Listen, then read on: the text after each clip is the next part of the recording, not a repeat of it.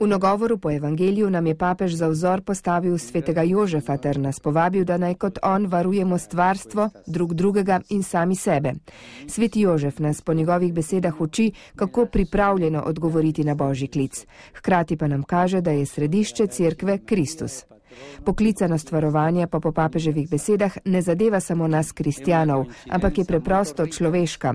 Zato nas je povabil, da spoštujemo vse, kar je Bog ustvaril, da varujemo ljudi, tako da skrbimo za vsakega človeka z ljubeznijo, še posebej za otroke in starejše, ter tiste, ki so najbolj krhki, da skrbimo drug za drugega v družini, zakonca med seboj, starši za otroke in da kasneje otroci postanejo varuhi svojih staršev. Če namreč ne skrbimo za stvarstvo in za brate, srce zakrkne, je poudaril papež Frančišek. Da bi resnično varovali, pa moramo po papeževih besedah znati tudi skrbeti sami zase. Sovraštvo, nevoščljivost in prevzetnost mažejo naše življenje.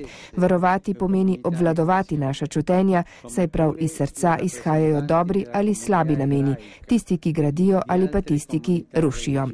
Ne smemo se bati dobrote in nežnosti, je še dodal papež Frančišek.